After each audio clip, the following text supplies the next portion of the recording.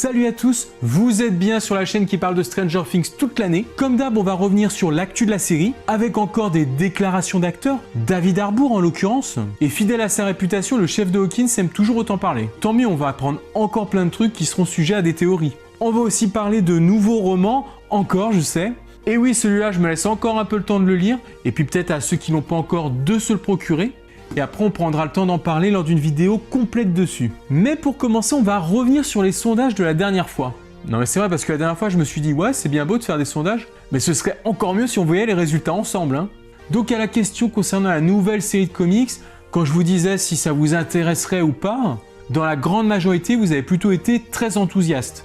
Donc c'est clair que cette histoire sur le personnage de Six et sur le Hawkins Lab a tendance à intriguer. Par rapport à ma question sur le personnage de Robin et son rôle selon vous dans la saison 3, sans grande surprise, ce qui revenait en premier c'était surtout le love interest de Steve, ce qui paraît logique, c'est clair. Mais honnêtement je pensais qu'il y en a plus qui voteraient pour Robin en tant que membre de la bande de jeunes. En second choix, vous avez plutôt préféré les théories genre par rapport au Hawkins Lab ou par rapport à Hopper. Enfin, il y a quand même une petite partie qui pense que Robin va être un démogorgon déguisé en fille.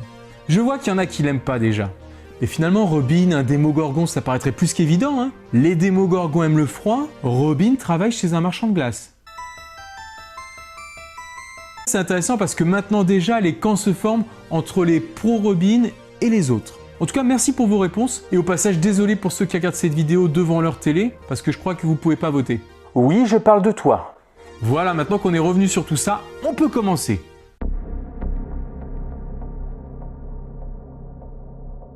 Comme d'hab, en ce moment, on commence par les déclarations d'acteurs. Et s'il y a bien une chose qu'on peut reconnaître, c'est que David Harbour est toujours aussi généreux en informations. Alors, est-ce qu'il va jusqu'à balancer des spoilers sur la saison 3? Non, quand même pas. Sinon, il risque de se faire taper sur les doigts. Déjà, regardez-moi à force de vous raconter des trucs, ce qu'ils m'ont fait Netflix. Mais franchement, on n'est pas loin des bonnes grosses révélations grâce à lui, et ça se précise.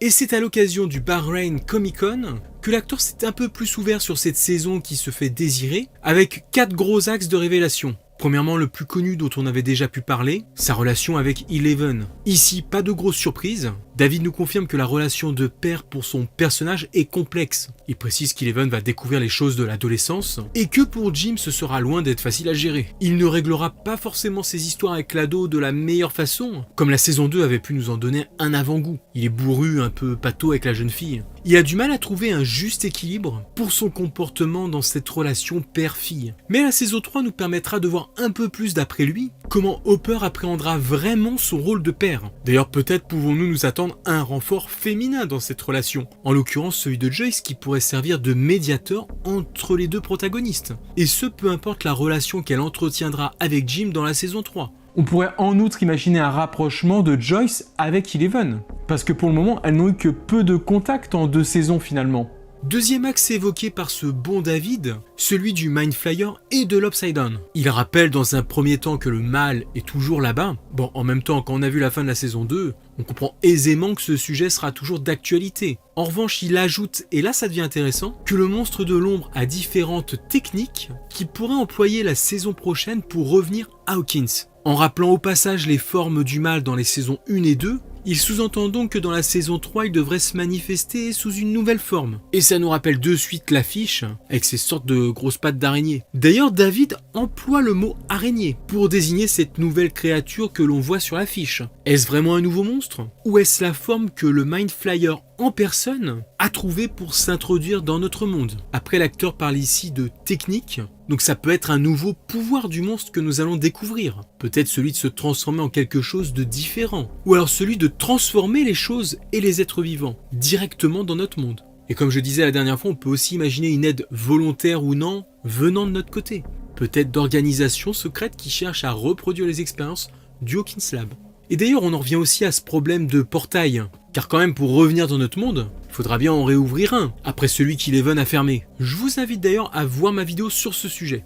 Mais se pourrait-il que cette nouvelle technique n'implique justement pas l'usage d'un portail? Est-il possible que le spectre du mal trouve un autre moyen pour répandre son pouvoir sur notre monde? Bref, voilà, là encore beaucoup de questions, mais un indice très intéressant de la part de l'acteur, à propos de la tournure que pourrait prendre la menace maléfique. Troisième axe évoqué par David, l'univers de la série en général. Il nous laisse entendre que le monde deviendra beaucoup plus grand. Jusque-là, on s'était contenté de rester à Hawkins, avec une petite incursion dans la ville de Cali. Mais d'après l'acteur, le monde ne devrait plus se limiter à cela dans la série. Ça peut rejoindre l'idée selon laquelle nous allons voir de nouveaux lieux. Ainsi, lorsque sur les photos de tournage on voit Eleven sur une plage, est-elle finalement dans une vision ou est-elle physiquement dans un nouveau lieu? Le camp de vacances de Dustin pourrait aussi en être un, si on le suit vraiment dans cette partie de l'histoire. Et dans ce cas, ça signifierait qu'au-delà d'un simple camp, il pourrait y accomplir quelque chose d'important pour qu'on l'y suive. Autre façon d'agrandir le monde, ce serait de toucher les villes voisines d'Hawkins. Bien que celles-ci soient assez isolées, il se pourrait que l'emprise de l'Upside Down revienne en force et soit bien plus grande que dans les 2 saisons précédentes. Pourquoi pas même à l'échelle nationale, vu qu'on va fêter l'Independence Day au cours de cette saison. Cela pourrait être lourd de symboles si le pays tout entier devenait concerné par la menace. Enfin, si on en revient à la rumeur d'événements avec des espions russes, il se pourrait très bien que nous suivions des antagonistes directement en Russie, peut-être avec un labo similaire à celui d'Hawkins, ou une personne avec des pouvoirs similaires à ceux d'Eleven. En tout cas, n'oublions pas cette notion d'espionnage et de guerre froide qui pourrait bien être présente dans cette prochaine saison. Tout un tas de lieux qui pourraient justifier, scénaristiquement parlant, d'agrandir le monde de la série.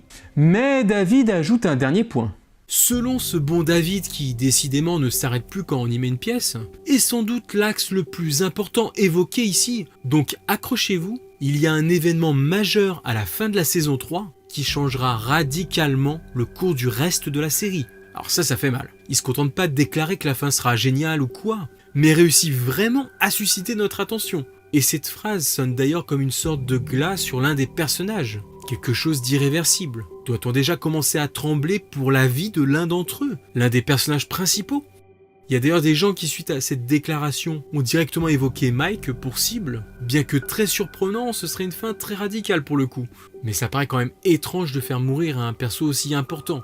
En tout cas, la disparition de l'un des personnages de la bande initiale correspondrait parfaitement à ce changement du cours du reste de la série. Car cela impliquerait forcément un ton différent au show. Il ne pourrait plus y avoir de happy end, avec juste un pauvre Bob ou une pauvre Barbara en moins. Ce serait un réel choc, et un changement de direction du show vers quelque chose de plus sombre, comme on n'arrête pas de nous le répéter depuis plusieurs mois. Hormis Mike, selon les premiers ressentis du net, cela pourrait être aussi Max la victime de cette saison 3, s'il y a une victime.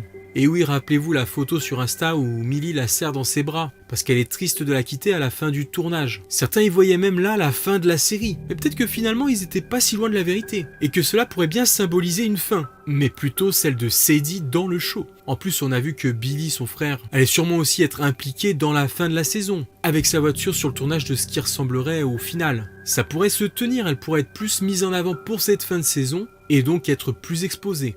Enfin, pour en finir avec cette sorte de rubrique nécro, certains évoquent carrément la mort de Hopper lui-même. Parce que comme sa relation avec Eleven sera beaucoup mise en avant, ça pourrait être le moyen de nous attacher plus fortement à ce personnage. Donc sa fin serait encore plus horrible pour nous. Surtout qu'au même titre que Mike, sa disparition pourrait avoir des répercussions particulièrement néfastes sur la jeune héroïne et son entourage. Mais surtout elle quand même. D'autant que le chef Hopper n'hésite jamais à s'exposer en première ligne lorsqu'il y a du danger, ce qui pourrait finir par lui être fatal.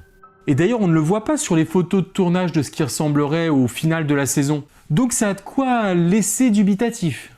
Il faut s'attendre à un coup de tonnerre pour cette fin de saison 3. Les choses ne reviendront pas dans l'ordre comme à chaque fois. Et même si elle commencera avec plus de légèreté, on finira par apprendre quelque chose qui changera radicalement la suite, je le rappelle. D'ailleurs, pour en finir avec ça, peut-être que cela ne veut pas forcément dire la mort d'un personnage d'ailleurs. Il y a encore d'autres possibilités. Ça pourrait être une grosse révélation. Par exemple, la théorie comme quoi Eleven était le Mind Flayer, ou quelque chose dans le genre. En tout cas, on le voit, les déclarations de David ouvrent de nouvelles perspectives, et semblent en confirmer d'autres. Et sans forcément dévoiler des choses, il arrive à nous faire comprendre des points fondamentaux de la saison à venir. Alors maintenant, c'est à vous de me dire dans le petit sondage qui apparaît là au-dessus, laquelle de ces déclarations de David Harbour vous avez trouvé la plus intéressante, peut-être même la plus révélatrice. Vous pouvez retrouver des extraits de son interview sur YouTube avec le lien que je vous mets en description. Ainsi, n'hésitez pas à me donner votre ressenti en commentaire. Qu'est-ce que tout cela pourrait impliquer dans la série d'après vous ?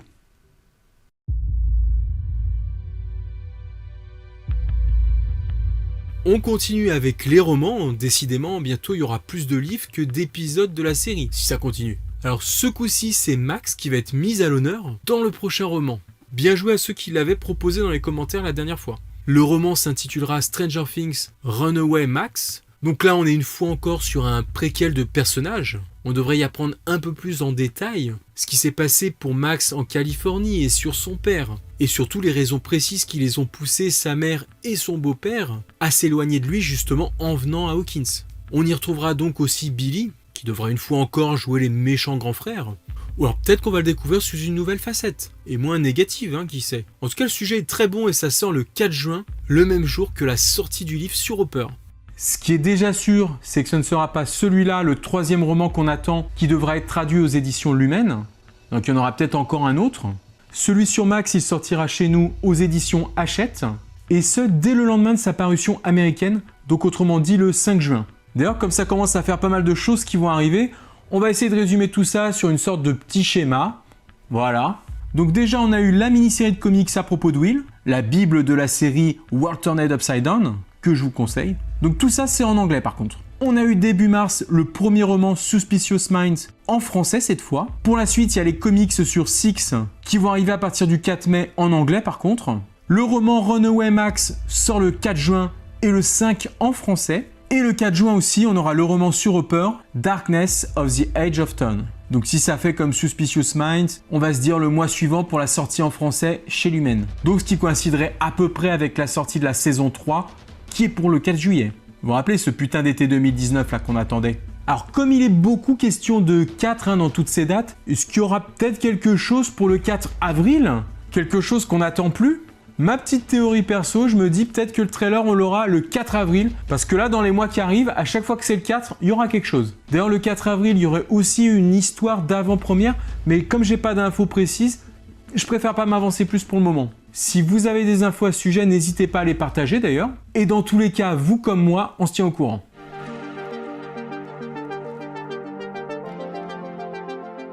Petite info amusante, vous vous rappelez que je vous avais parlé du prochain Ghostbuster de Ivan Reitman, qui mettrait apparemment en scène des ados. Et je disais que ce serait rigolo de voir Finn Wolfhard dedans. Eh bien figurez-vous que l'acteur a justement été approché pour un rôle dans le film. Alors bien sûr ça veut pas dire qu'il aura le rôle à coup sûr, mais l'idée a donc bien traversé l'esprit de ceux qui préparent ce film. Et on pourrait finalement bien y voir le jeune acteur de Stranger Things. En tout cas on est sur une affaire à suivre, donc je vous tiendrai au courant. Voilà maintenant petite news par rapport à ma chaîne et je profite de cette vidéo pour vous consulter pour avoir votre avis. Donc en gros en ce moment j'essaye de préparer un nouveau format de vidéo en plus du reste et qui aurait pour thème la pop culture des années 80 et plus précisément les héros de cinéma de cette époque. Voilà, comme j'adore tout ça, ça me ferait vraiment plaisir d'en parler. Je vous en parle ici car si vous aimez Stranger Things, vous devriez peut-être être plus réceptif à ce genre d'univers. Donc en gros ce seraient des petites vidéos qui arriveraient de temps en temps, avec sûrement une nouvelle façon de me filmer, peut-être en réutilisant mon fond vert. Des vidéos d'environ 5 à 10 minutes tout au plus, avec un personnage qui serait décortiqué à chaque fois. Son histoire, des anecdotes de tournage sur l'acteur, pour vous donner quelques exemples. Je pensais commencer par les Goonies, forcément, histoire de donner le tempo, mais aussi du Marty McFly, ou encore Ellen Ripley d'Alien. Alors donnez-moi votre avis, est-ce que vous ça pourrait vous intéresser? Tenez, je vous mets même sous la forme d'un petit sondage pour ceux qui veulent y répondre. N'hésitez pas et en plus ça va m'aider à améliorer ma chaîne d'avoir votre opinion. Alors bien évidemment, vous savez quoi, vous pouvez aussi me laisser vos idées de format de vidéo à développer en commentaire. Et vous savez que je les lirai tous. En tout cas, merci d'avance pour votre participation. Voilà, alors petit bonus, vous avez été plusieurs à montrer vos collections là depuis quelques temps, et puis à force je me suis dit que ce serait sympa de les partager dans mes vidéos. Donc aujourd'hui on commence avec Elena qui m'a envoyé une vidéo de sa collection perso via Instagram. Vous pouvez aussi la suivre sur Insta, voilà le nom de son compte. Et puis si comme elle vous avez envie de montrer votre collection, vos fan art, des choses que vous auriez fabriquées par rapport à la série, eh bien n'hésitez pas à me les envoyer sur Instagram ou Twitter d'ailleurs.